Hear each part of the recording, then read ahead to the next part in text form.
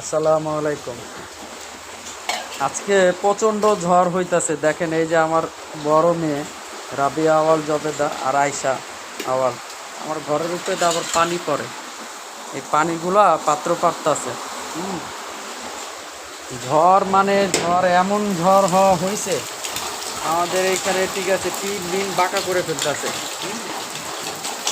ঝড় চলতেছে আর আমার ঘরে, ভাঙা ঘরে পানি পড়তেছে।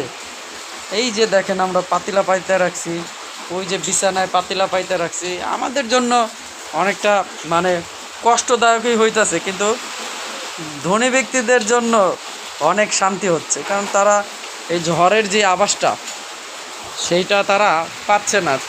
হ্যাঁ, আমরা পাচ্ছি যে ঝড় কী ব্যাগে হচ্ছে। হ্যাঁ, সবাই সবার জন্য দোয়া করবেন যাতে বাংলাদেশকে আল্লাহ পাক এই ঝড়ের কবল থেকে রক্ষা করে।